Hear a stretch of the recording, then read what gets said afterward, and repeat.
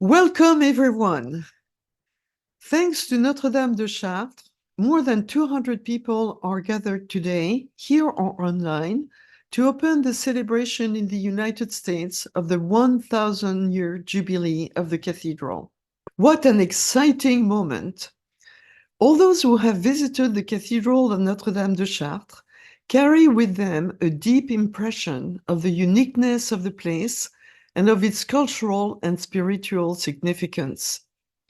Any visit leads to a deep reflection about the human spirit, the capabilities, talents, and creativity that humanity has developed over the course of history. Notre-Dame de Chartres is one of those edifices that embodies the wealth of architectural developments that led to the achievement of the Gothic style, where the symbiosis of beliefs and spirituality, technical knowledge, and artistry blossomed into artistic creations of unparalleled beauty. With its large collection of medieval stained glass, the cathedral is a most eloquent storyteller. From its windows, we learn biblical stories, but we also learn the sociology of medieval times, the crafts that people practiced, how they dressed, ate, and carried out economic transactions. We learn values which are still so relevant to our times. Sculptures highlight the importance of education and learning. Windows also tell us the importance of sharing our wealth, giving to others, and for worthwhile causes through patronage. The cathedral is a place for dialogue among people of all walks of life, faiths or beliefs, and from all countries. Given by Germany after the Second World War, the window of the reconciliation with the symbols of Judaism is a good example of such a dialogue, as well as the window of St. Fulbert given by the American Institute of Architects in 1971. The restoration of the cathedral undertaken since 2008 has brought workers and patrons from all over the world. Thousands of visitors come to the cathedral every year from dozens of countries, but the largest numbers are from the United States. This reflects the deep attachment of Americans for the cathedral. They come to study, reflect, pray, or find peace. Yet not all Americans have had or will have the chance to visit. Consequently, American Friends of Chartres decided that the best way to celebrate the millennium of the cathedral is to bring Chartres to America. This inaugural online lecture is the first event.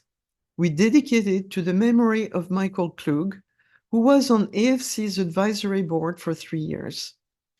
The lectures he gave in 2022 inspired us to continue.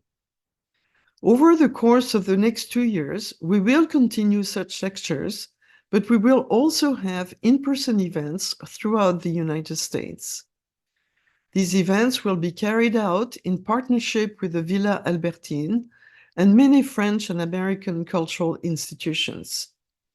In a way, this is American Friends of Chartres' contribution to the continued friendship between France and the United States. All the information will be posted on our new website, which will be launching later on in the week. We invite you to participate actively in the in-person events and thus celebrate the 1,000-year jubilee of the cathedral. In addition, we have a goal to raise $1 million by the end of 2025 to support the restoration of the side aisles of the nave that will complete the restoration of the interior of the cathedral. We count on you to help us achieve this goal. A profound thank you to His Excellency, the French Ambassador Laurent Bili, for hosting us today, and to all those who have worked hard to make this event possible, in particular, Denis Quenel of the Villa Albertine and his team, and Claire-Noël Simon, my AFC colleague. For this lecture, we will have 3 main speakers. Madame Anne Embs, Curator of Historic Monuments, who will give us a historical perspective on the development of the patrimonial value of the cathedral. Monseigneur Philippe Christory, Bishop of Chartres, will talk to us about the cultural and spiritual vibrancy of the cathedral in our times. Finally, representing the young generation of Chartres admirers, Ms. Kora Bern-Klug, a graduate student from the University of Washington, will share with us her journey with Chartres. After the presentations, we will have time for questions and answers, and I invite you to actively participate. Now, let me introduce you to our first speaker, Madame Anne Embs. Madame Anne Embs holds a graduate degree from the École du Louvre in art history and museology, and a Bachelor of Arts from the University of Paris in history, with a major in medieval and Renaissance sculpture. Anne Embs became Curator of Cultural Heritage in 2008.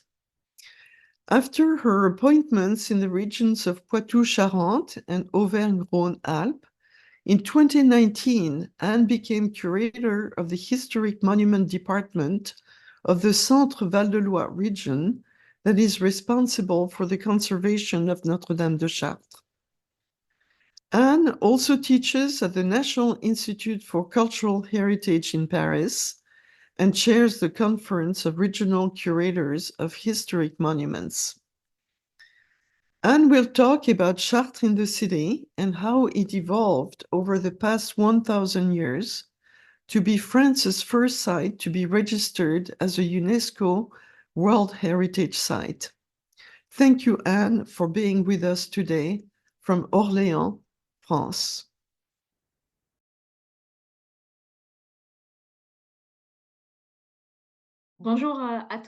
Good morning, ladies and gentlemen.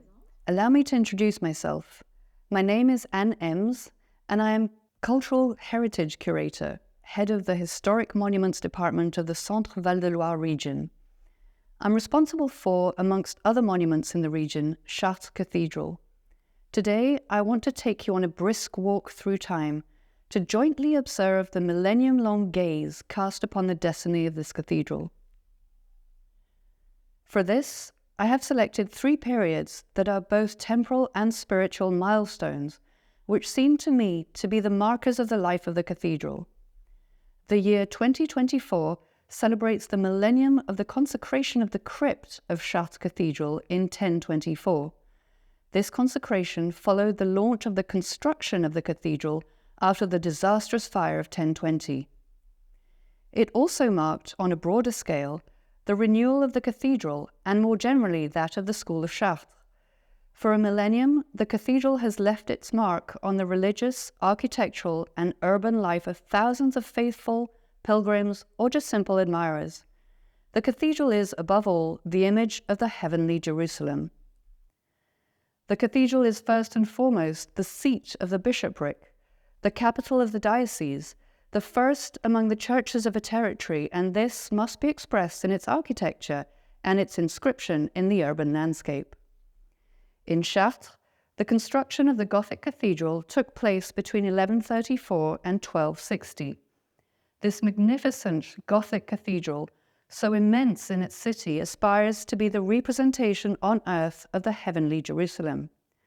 The heavenly Jerusalem is described in the chapter of the Apocalypse by St. John, and it is the marvelous place where the children of God will live for eternity.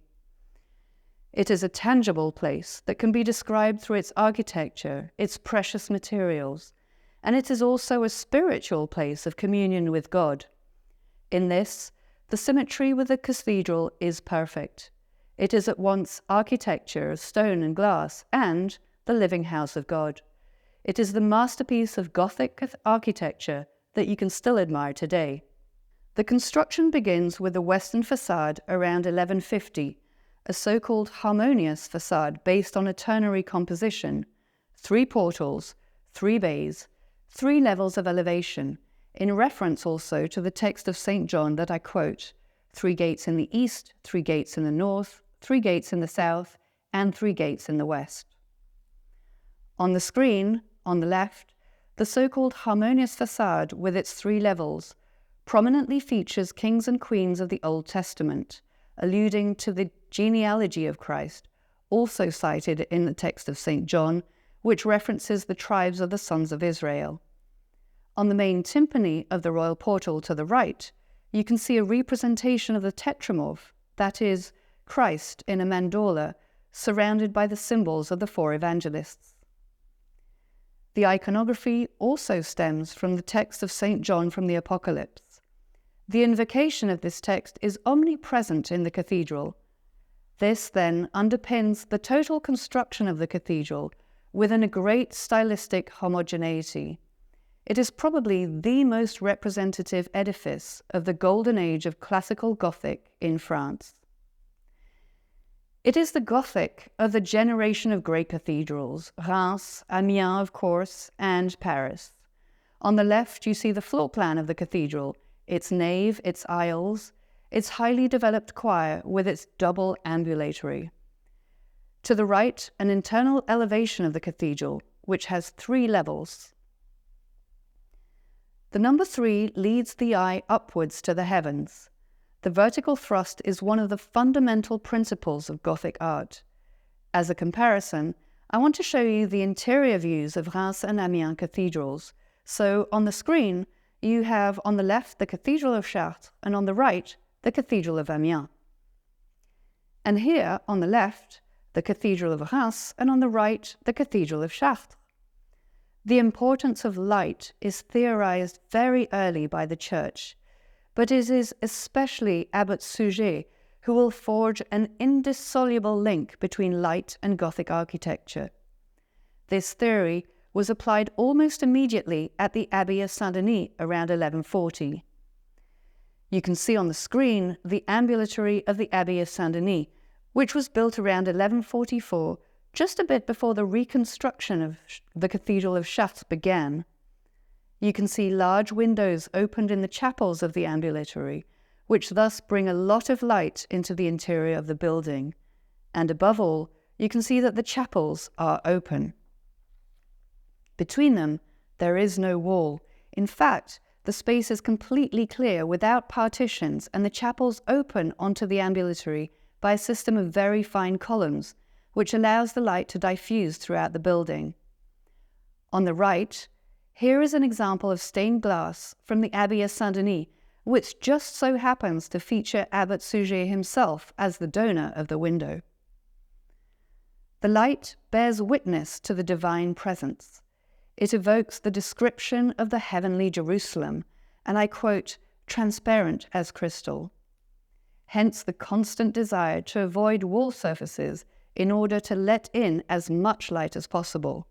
The stained glass windows, therefore, play a fundamental role in the expression of divine light.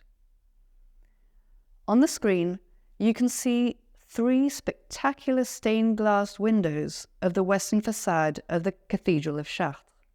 In the center, the Great Bay with the infancy and life of Christ. To the right, the Tree of Jesse, and to the left, the Passion of Christ.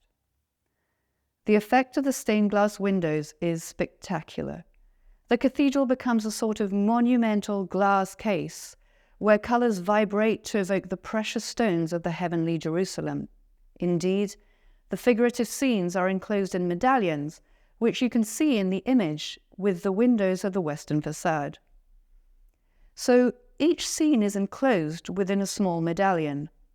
They are very small, too small to be legible from the nave where the faithful or the visitor wanders, and the eye gets lost in the myriad of colors.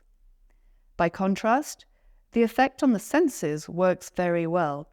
We are dazzled by the beauty of the colors and the shimmering of light through the colored glass.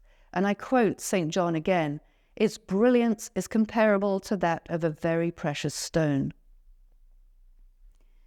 Here are some other interior views of the Cathedral of Chartres, where we see precisely this spectacular sensory impact of the stained glass on the visitor.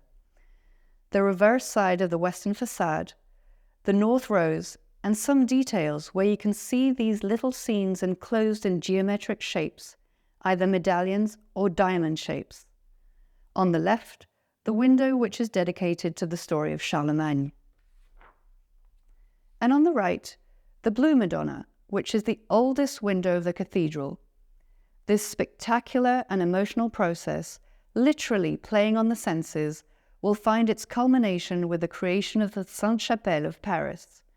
And I cannot resist the pleasure of showing you an interior view of this building, which is absolutely spectacular, a building almost entirely made of glass windows, where the walls have disappeared in favor of the colored stained glass.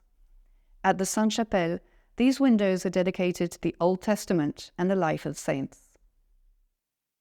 An ideal city, a very colorful one. The cathedral shines as much as a precious stone, as crystalline as jasper. And again I quote St. John.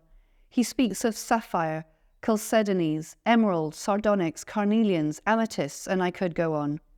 As many precious stones mentioned in the text, which echo the glass of the bays. He describes the brightness, transparency, beauty, and light everywhere. Let me show you some details of the bays of the cathedral, where you really see this shimmering of colors with a tree of Jesse and the Passion of Christ, the back of the facade. The heavenly Jerusalem is the house of the assembly of the faithful, that is to say, the ecclesia.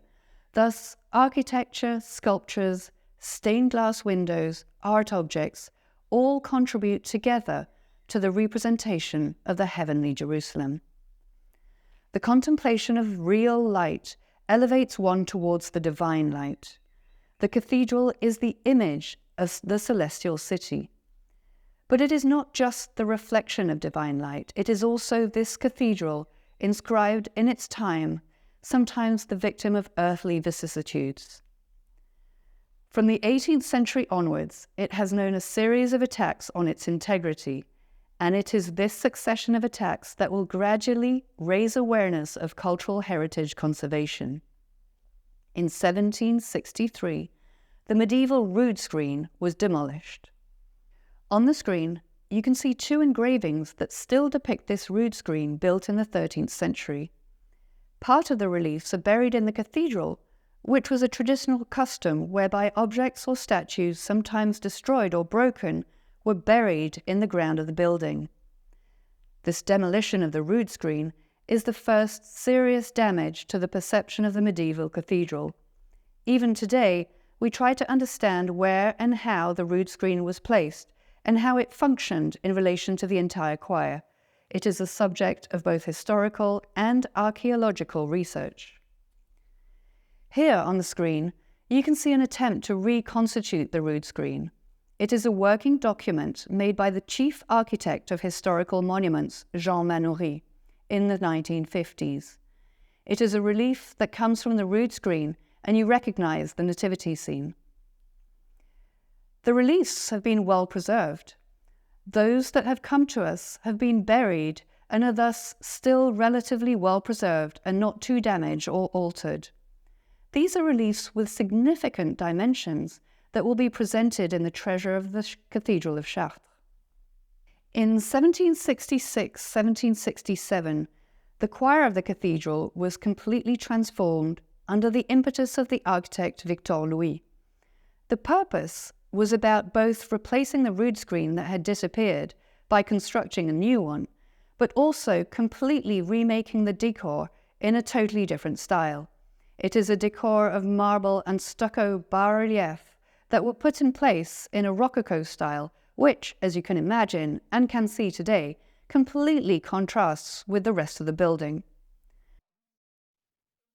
The installation of this decor significantly modified the choir enclosure, which dates from the 15th and 16th centuries. On the screen to the right, you can see an engraving that shows a part of this new Rococo decor, with, in particular, the new rood screen with much more orthogonal lines that are very different from the old Gothic rood screen. To the left, you have a coloured engraving that shows the sculpture of the Assumption by Bridon, which was put in place and still exists in the cathedral.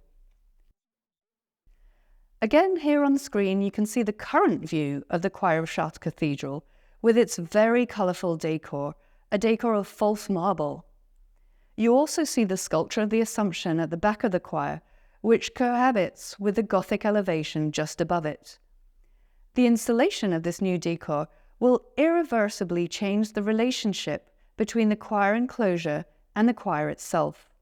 As a matter of fact, the scenes in high relief placed on the choir enclosure were positioned on a clerestory, so there was a transparency effect with the choir that you can see on the left in a draft document representing a hypothesis of reconstitution of the choir screen. This transparency will be definitively lost. During the French Revolution, a part of the treasury was destroyed. The Our Lady of the Underground, an object of veneration for centuries, was also destroyed. Strangely, the sculpted decor of the western exterior portals was spared. In 1836, the medieval timber framework caught fire and disappeared in flames. It was a construction incident where the carelessness of workers caused the fire. This fire is well documented, both by written sources and notably in the press, but also in graphic documents. On the screen, you can see a painting depicting the cathedral on fire, an image that sends us back to a sadly famous current event. On the right, you see an engraving from the press with firefighters in action and the engagement of the prefect, Gabriel Delessert, highlighted. You can see the prefect on the top left of the image. He's the one with an outstretched arm giving orders. In the next images, you can see the cathedral depicted without its timber framework and roof. These images also remind us of the recent ones of Notre-Dame de Paris prior to the reconstruction of its framework and roof. On the right, you have working documents for the rebuilding of the new framework. So this new framework, which I show you now, and which is presently in place, was constructed using new techniques. 600 tons of cast and wrought iron, techniques and materials believed to be more fire-resistant. In reality, this isn't completely accurate, but that was the perception at the time concerning the roof. The roof itself is clad in copper plates, which lends this very particular hue to the structure, and as you can observe in the two following images, this bright copper color has, in essence, become a characteristic identifier of the cathedral. The cathedral thus kept pace with its times and embraced innovative technologies. During the Second World War, the cathedral fortuitously avoided extensive destruction. However, the stained glass windows as a precaution were taken down. Temporary enclosures were erected in their stead, but they did not survive. Consequently, snow was able to enter freely into the cathedral, allowing for the capture of these extraordinary photographs. On the screen, you can see several black and white photographs showing the choir of Chartres Cathedral completely covered in snow. There are also interior views from the nave to the choir, all the furniture blanketed with snow, capturing a completely improbable and remarkable scene. During the 19th century, the renewal of taste for Gothic art manifested itself in an association which remains true to this day between the cathedral and Gothic art, to such an extent that we cannot imagine a cathedral today in any style other than Gothic. Two architects in particular worked on Chartres Cathedral and on what I would call the concept of an ideal cathedral. To the left, you have a drawing of the facade by Jean-Baptiste Lassus, an architect who was in charge of the cathedral's restoration, and to the right, a very well-known drawing by Viollet-le-Duc representing the ideal Gothic cathedral. That is to say, it does not represent any particular cathedral, but it is a sort of synthesis of what he considered as the ideal Gothic architecture. Here is another drawing by Jean-Baptiste Lassus that represents what we call a sectional elevation of Chartres Cathedral. These drawings by Jean-Baptiste Lassus considerably inspired the reflections of Viollet-le-Duc on his search for a model of the ideal cathedral. At that time, it's very interesting to see how Jean-Baptiste Lassus and Viollet-le-Duc seriously considered and the project had even been approved to demolish the 18th century additions in the choir, the Rococo additions that I showed you previously, considering them to be a violation of the monument. So a cathedral was obviously a Gothic monument in the 19th century, and even today. However, in the Middle Ages, the term cathedral, if it existed at all, was only very rarely used. Instead, the terms Mother Church or the Diocese Church prevailed. It is thus only after a long process of awareness raising that the Gothic cathedral becomes a common good. Here are some of the drawings by Jean-Baptiste Lassus for the restoration of the towers of the cathedral. Over its history, the cathedral also becomes an object of study for artists, painters, writers, or poets. On the left, you have a very famous painting by Jean-Baptiste Camille Corot, the Cathedral of Chartres, dated 1830 and kept in the Louvre Museum. And on the right, a painting representing the ambulatory of Chartres Cathedral by James Robert, painted almost at the same time and kept in Fontainebleau. This painting by Corot, which quickly became famous, is even mentioned by Marcel Proust. In his series of novels In Search of Lost Time, he mentions the painting, considering it one of the 8 paintings worthy of representing the pinnacle of French painting at the Louvre in 1920. Thus, gradually, the way we view the cathedral changes. From a merely religious edifice, it becomes an integral part of the landscape, an element of our common heritage that must be preserved. With an awareness of the monument's cultural heritage value, restoration campaigns take place throughout the 19th and the 20th centuries, up to the most spectacular one, which began in 2008 and is still ongoing. The interior restoration of the cathedral has completely altered our perception of the monument, and I can show you on the screen a series of photos that display the transformations of the cathedral's interior following these restoration campaigns. The patronage campaigns illustrate the phenomenon of collective appropriation of a cultural heritage monument, now considered as a common good. Initiated in 2008, this restoration campaign continues to this day with the current restoration of the north transept. It has allowed for the rediscovery of the medieval ochre wall coatings of the cathedral, thus completely renewing our understanding of the building, past and present, and reconnecting with the heavenly Jerusalems of the beginnings. The edifice has thus emerged from obscurity. What you see on the left of the screen is a completely grey cathedral, literally caked with centimetres of dust. Thus, the edifice has emerged from darkness to light with the ochre wall coatings that have been brought to light again. The stonework has been cleaned and returned to its original aspect. The stained glass has been cleaned too, restored and double glazed with a protective glazing for the conservation of the glass over time. The polychromy of the cathedral's interior as a whole has been brought back to light, contributing to the formidable adventure of the rediscovery of the building, and the conservation campaigns continue, one by one, year after year. I'll quickly go through the next slides. They illustrate, in fact, the number of campaigns necessary to achieve the result that we can see today. So these represent years of restoration campaigns, enabling the results that we can admire today, starting with the choir of the cathedral with before and after pictures. The result is quite spectacular and very gratifying. Then we have the area before the nave. You can see the before and after restoration, as we have completely rediscovered the painted roses that were previously totally unknown. The ambulatory, the crossing of the transept, the choir screen that is absolutely spectacular, the treasury. I'll show you photos before, during, and projections of the results of the Saint-Pierre Chapel and the current work on the transept. The south transept is finished. The north transept is underway. The restoration of the organ loft is also underway. The loft will also regain its ochre polychromy. So, this is a total transformation of the interior of the cathedral. To finish the interior, we still have to restore the side aisles of the nave.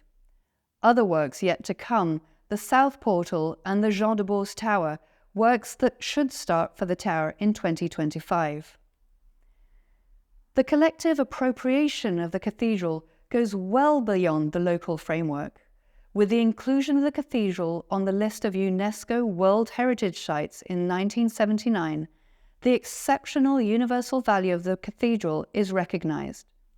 And this inscription on the UNESCO World Heritage List in 1979 is also important because it's the first French asset to be listed by UNESCO. 3 criteria were then retained. First, to represent a masterpiece of human creative genius, and I quote the UNESCO dossier, constructed rather quickly and almost in one swoop, the Cathedral of Chartres constitutes, by the unity of its architecture and its decoration, the total and complete expression of one of the most unanimous aspects of the Christian Middle Ages. Second, to bear witness to a considerable exchange of influences, and I quote, the Cathedral of Chartres has exerted a considerable influence on the development of Gothic art in France and beyond. And finally, to present an eminent example of an architectural paradigm, and I quote, the Cathedral of Chartres, which is at once a symbol and a quintessential structure, the most enlightening example that one could choose to illuminate the cultural, social, and aesthetic reality of the Gothic cathedral. Chartres is thus recognized as the archetype of the Gothic cathedral, still retaining, and this is unique, its sculpted and stained glass decor.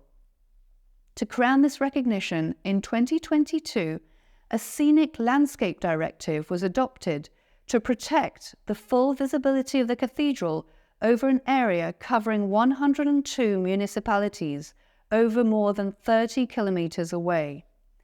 This is the first initiative of this kind in France and undoubtedly in the world. We first protected the asset, the cathedral, and then an extended area, thus creating not just a jewel case, but an extended one over a distance of 30 kilometers.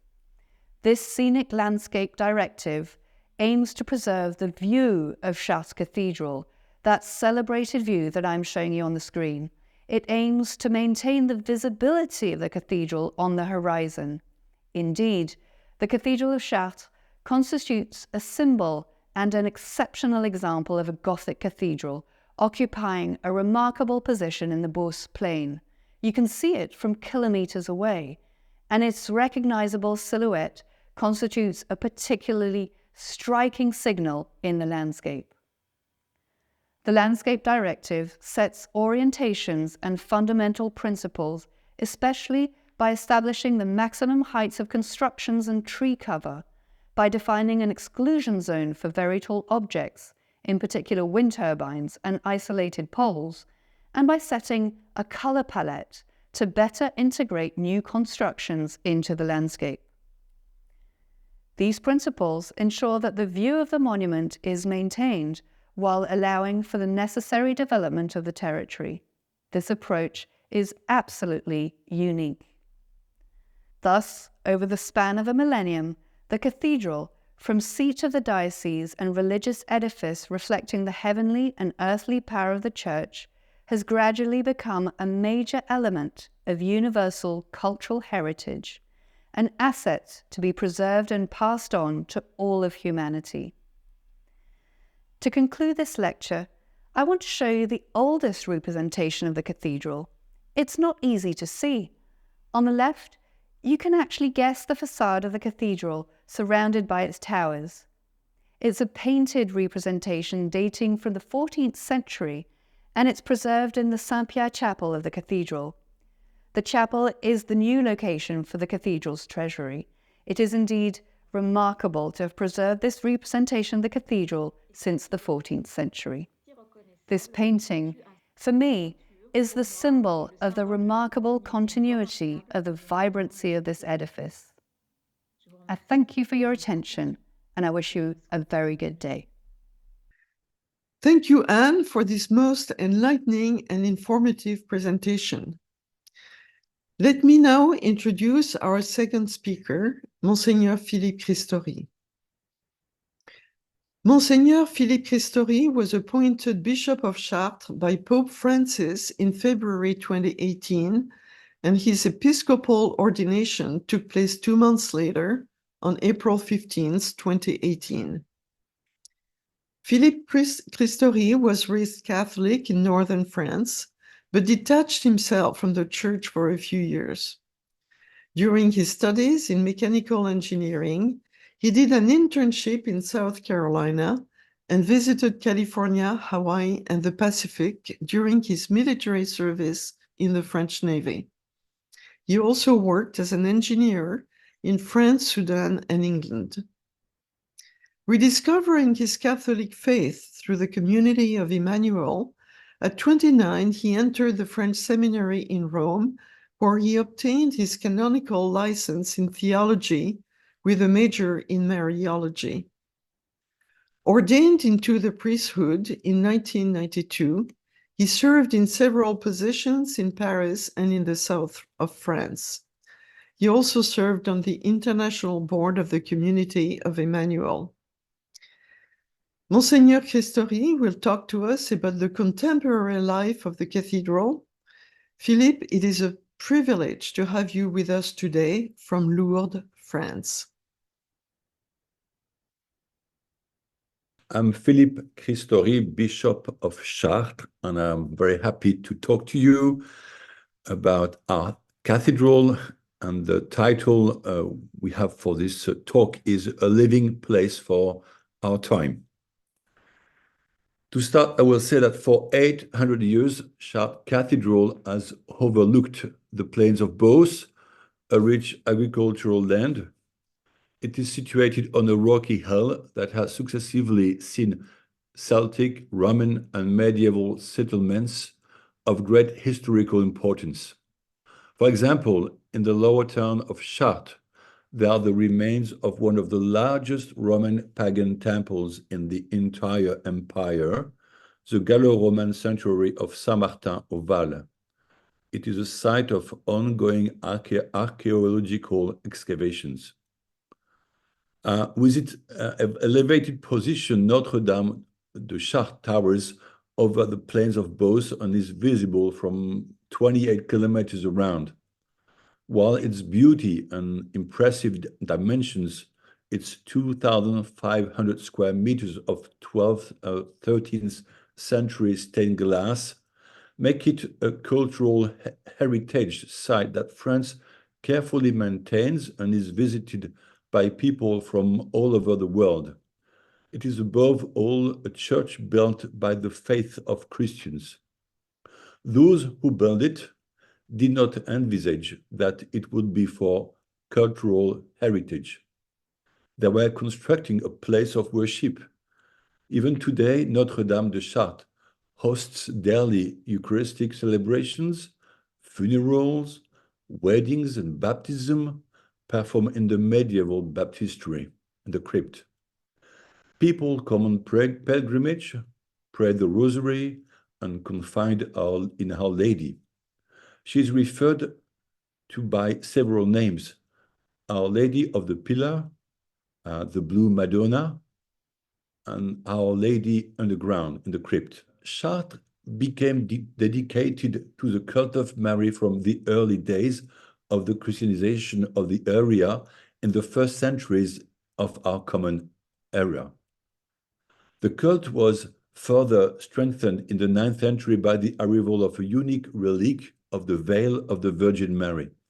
It is a long piece of fabric given by Empress Irene of Constantinople to Emperor Charlemagne in the year 800 and entrusted by King Charles the Bald, Charlemagne's grandson, to the chapter of Canons of Chartres in the year 876. Since then, the relic has remained in Chartres, attracting pilgrims from all over the world. On the screen, maybe you can see pictures of the Veil of Mary in the reliquary and an old photograph of a procession of the 5th century of August with the veil of Mary. We still have the procession today, every year. The relic survived intact in spite of the vicissitudes of time.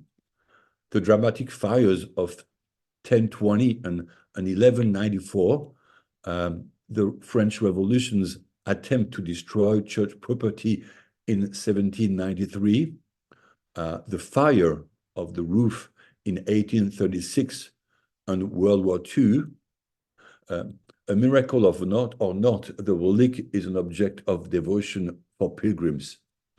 It symbolizes the protection of the Virgin Mary, as evidenced by this prayer of the 3rd century, the Sub Tuum Praesidium. A few words of it. Under your mercy, we take refuge, of Holy Mary, Mother of God. Do not despise our prayers in our necessity, but deliver us always from all dangers, O glorious and blessed Virgin. The theme of the protection of believers by the Virgin Mary is dear to Orthodox churches, which is why Chartres Cathedral is known in distant Eastern countries. 400 formal pilgrimages take place each year, not counting individual pilgrims and families, which are organized from all over the world. I know that some of you in the audience organize such pilgrimage. If not, you are welcome to come. When I arrived in April 15 of the year 2018, I discovered the land of Beauce and Perche, an area of agriculture and livestock farming. Chartres is at the center of the territory, facilitating travel to the 23 Catholic parishes in the Eure-et-Loire department, animated by about 40 priests, 30 deacons, and many volunteers. I am surrounded by teams of priests and lay people who bring me joy and provide fraternal and missionary support. I am aware that to be the Bishop of Chartres is a privilege, given the vast and beautiful liturgical space of Notre-Dame Cathedral. It is rich in its remarkable architecture, with columns rising up to 35 meters high, and the marvelous stained glass windows, creating a luminous and colorful atmosphere that inspires our wonder. Maybe you have seen Anne Embs, who already shared with you some beautiful pictures. Some of the windows date back to the 12th and 13th century, giving the cathedral the largest collection of medieval stained glass under one roof in the world. But not all the treasures are antique. The central altar, the cross, and many liturgical objects, especially the cathedral, are the works of the Georgian artist Guji, whose workshop is still active. Contemporary artworks have gradually enriched the medieval sanctuary. Modern stained glass windows by the Dominican Father Kim are found in the chapel of the crypt. 4 stained glass windows by the Korean artist Bang Hae-ja, born in July 5, 1937 in Seoul, in South Korea, and died September 15, 2022, have been installed in the Saint-Pia Chapel, where the cathedral's treasury will soon be exhibited, and a stained glass window by the artist Fleur Naber on the theme of the dove and the Holy Spirit will soon be installed in the crypt. Let me turn now to the celebrations of the Millennium Jubilee.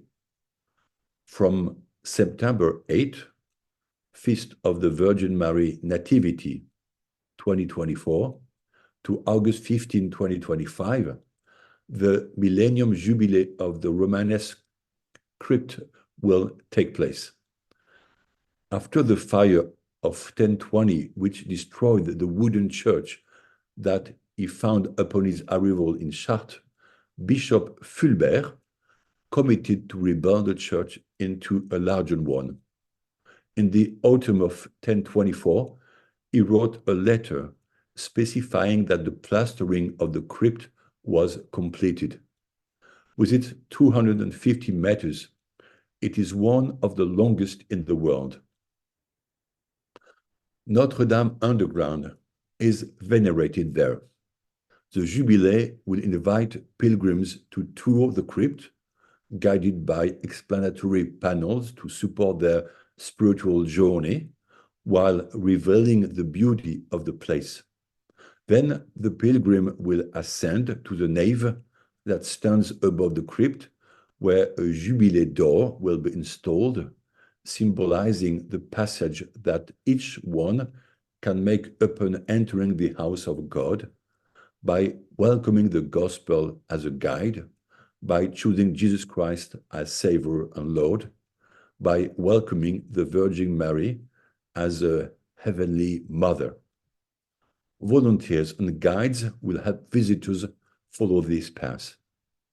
We will offer pilgrimage tours, allowing the discovery of the beauty of the building and its sculptures and decors, while grasping the spiritual meaning and motivation of the builders and artists who brought their talents to the glory of God. The restoration work of the cathedral is still ongoing, but for the past 20 years, the French state, as the owner, has invested a lot of talents and financial resources to restore the original splendor of the interior. Associations, companies, and patrons have joined the economical effort, and we thank them sincerely because they bring together hundreds of members who love this space. I can mention les Amis de la Cathédrale de Chartres, Chartres Sanctuaire du Monde, and of course, American Friends of Chartres. Not to mention the visitors who leave an offering in the collection boxes.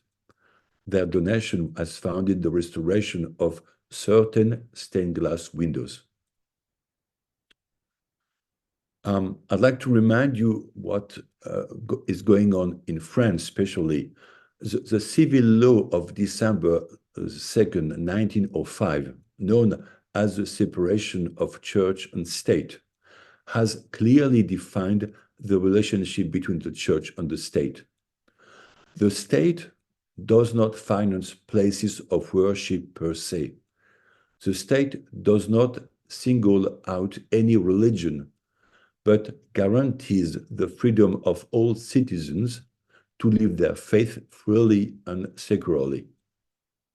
All religious monuments were confiscated during the Revolution.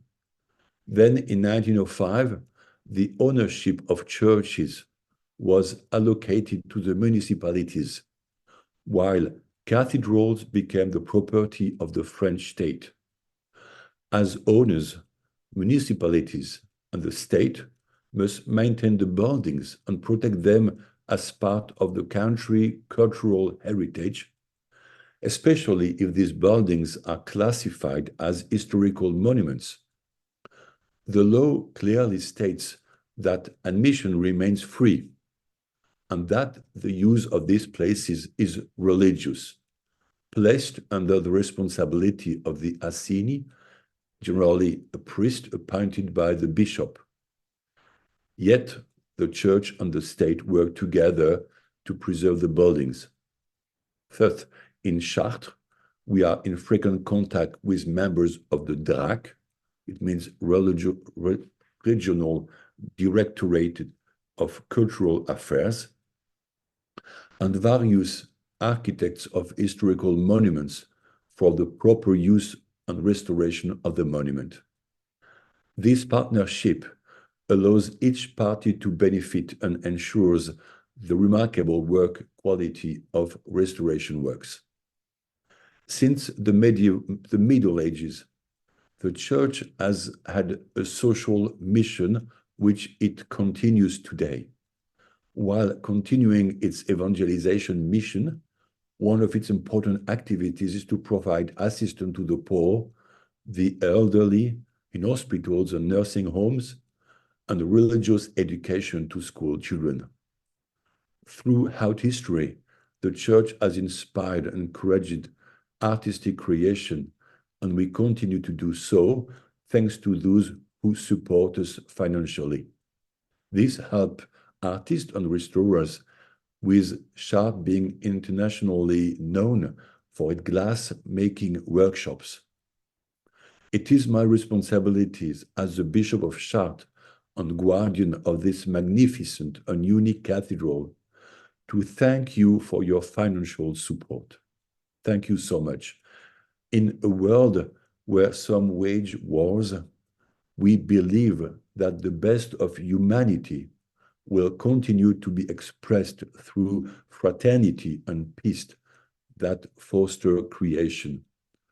Our human life needs beauty and harmony, meaning and spirituality. In Chartres, we find this balance.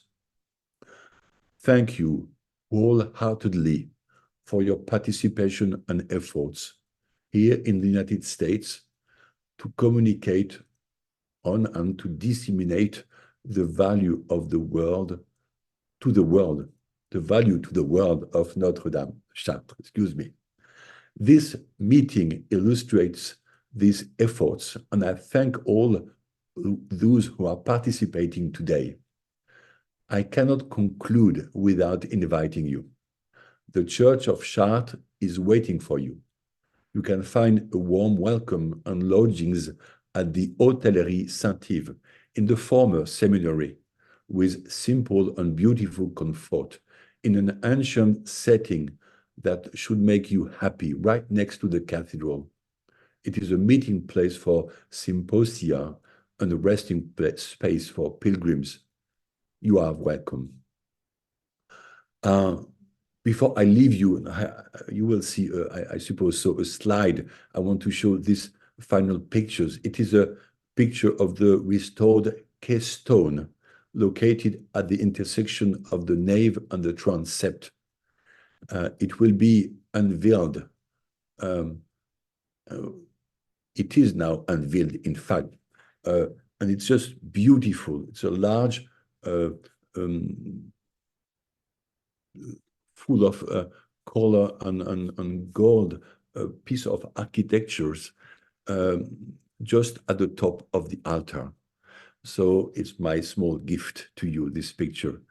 I thank you for your attention and for the essential support that you bring to the very life of the cathedral. And I wish you the best for you, for your families, and really we'll be very happy to welcome you in Chartres. May God bless you. Thank you, Philippe, for your wonderful presentation, which illustrated so well the cooperation between the Church and the state, as well as the cultural and spiritual heritage fostered by the Church. Our last speaker is Miss Kora Bern-Klug. Miss Kora Bern-Klug is a graduate student in International Studies at the Jackson School of International Studies at the University of Washington, Seattle. She received her undergraduate degree in urban planning and sustainability in 2020 from Western Washington University. After completing her undergraduate degree, she worked at several Seattle-based startups until returning to school for her master's degree. Kora is fascinated by global systems of immigration, trade, and culture. Her interest in international studies was partially spurred by her travels, including to France to visit Chartres Cathedral. Kora Bern-Klug is the daughter of Mike Klug, who served on the advisory board of AFC for 3 years, and of Mercedes Bern-Klug, who is a professor at the University of Iowa. Kora, thank you for being with us today from Mexico. Thank you to the previous presenters, and thank you to Dominique for setting up all of this, organizing all of this, and thank you all for attending as well. My name is Kora Bern-Klug. I'm an international studies student at the University of Washington, and I feel so fortunate to be rounding out this event. When Dominique initially asked me to present, the topic that immediately came to mind was stewardship. I first visited Chartres in 2008 with my parents, and mostly because my late dad, Mike Klug, was incredibly interested in the iconography of Chartres and the people who came before and who created this beautiful structure. We spent hours, literally hours, deciphering the stories in the stained glass windows, and I found Chartres so beautiful, but also somewhat imposing. Because of the soot on the stone from hundreds of years of candles and the elements that made the inside somewhat stark and solemn. I returned also in 2014 and 2015 and was able to see the start of the restoration process. First, it was just a piece of the choir screen, kind of in contrast with the rest of the dark stone. And when I visited this past summer, was able to see the restoration process kind of come not quite full circle, but definitely nearing full circle. We did something a little different this past summer as well. Instead of spending all of my time looking up at the stained glass windows, we went into the crypt. This is my first time going into the crypt, and I learned more about the history of the land that Chartres is on.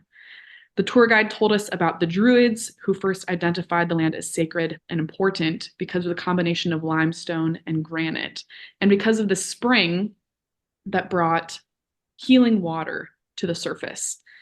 That spring still runs, and I saw the water deep in the well that you can see here. The water from the spring has been used for healing purposes since about 1000 BC, 2000 years before the structure that we see at Chartres today. And each era has had their own way of stewarding that water and stewarding the land and the structure. I think a good example of this stewardship is the west facade, the front of Chartres. It's an amalgamation of several additions. The bottom area from the 1100s, the rose window from the 1200s, and the spire from the 1500s. Each addition shows the stewardship of each generation and of each era. Seeing the restoration process and its progress this past summer shows the care and the stewardship of this generation. Each version is also a recommitment to Chartres, to the land, to the water, to the structure, and to all of those who came before. Chartres restored is simply glorious. The rainbow of colors from the windows stream down onto this white, clean stone. The nave is filled with light in a way that I have never seen before. And I feel so fortunate to see Chartres, or to have seen Chartres, in both its kind of darker stage and now this beautiful light stage. And to also have seen the care and the intention that the people who are restoring this structure have put into it. Stewardship requires commitment, and people have committed to Chartres time and time again over the millennia, over the past millennium. And I feel honored to be a part of the next generation of those committed to Chartres and seeing it into its next millennia. So thank you again for having me. This is really such an honor. And thank you, Dominique, for setting this up. What an amazing lecture with such outstanding speakers. Even though I worked closely with Embs and Philippe Christory to prepare for this lecture, I'm still amazed at the richness of information and images which they shared with us. I gave Kora carte blanche, yet I knew that she was passionate about Chartres and would inspire the young generation.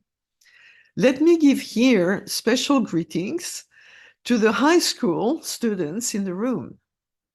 From the bottom of my heart, thank you for all these brilliant presentations. My gratitude also extends to all participants who engaged with questions online. Many of you inquired about visits to Chartres. I invite you to visit our website for more information. Among other questions raised, one referred to the stability of the building and whether there had been a need for consolidating the building during the restoration. You'll be pleased to know that the structure of the cathedral has been remarkably stable over the centuries. Finally, a question was raised on the source of information for the Celtic origins of the cathedral. The reference to the Druids can be found in a book by René Querido, The Golden Age of Chartres. Creating a forum for learning, thinking, and discussing is what we want to foster. Looking ahead, our next lecture is scheduled for May 14th. Professor Bork of the University of Iowa and Hélène Shortell will dialogue on designing Chartres Cathedral, a geometric perspective. We're also planning a series of in-person events. We have an education program aimed at our local schools in the Washington, D.C. area, but we're also planning concerts, film screenings, and museum visits in several cities. All events will be posted periodically on our website, and we will make our best efforts to inform you through mailing. And please pass the word around. Thank you. In addition to our cultural program, we're scaling up our fundraising efforts. Please let us know of corporations that could be interested in sponsoring events and or donate for the restoration projects. Towards the end of 2025, when we will complete the celebrations of the 1,000-year Jubilee, American Friends of Chartres will celebrate its 20th anniversary. This will be another opportunity to celebrate with generosity in the spirit of the cathedral's patrons since the Middle Ages. I want to reiterate our invitation to come and visit Chartres. Let us know if you are planning a trip to France and want to visit Chartres. We can facilitate your visit with an outstanding guide of the cathedral and suggest other areas of interest. Or join us on our next donors trip scheduled in September 2024. Everyone is welcome. In closing, I extend my heartfelt thanks for your engagement and support today. Let us reconvene online in May, continuing our journey of discovering and appreciation of Notre-Dame de Chartres. Thank you.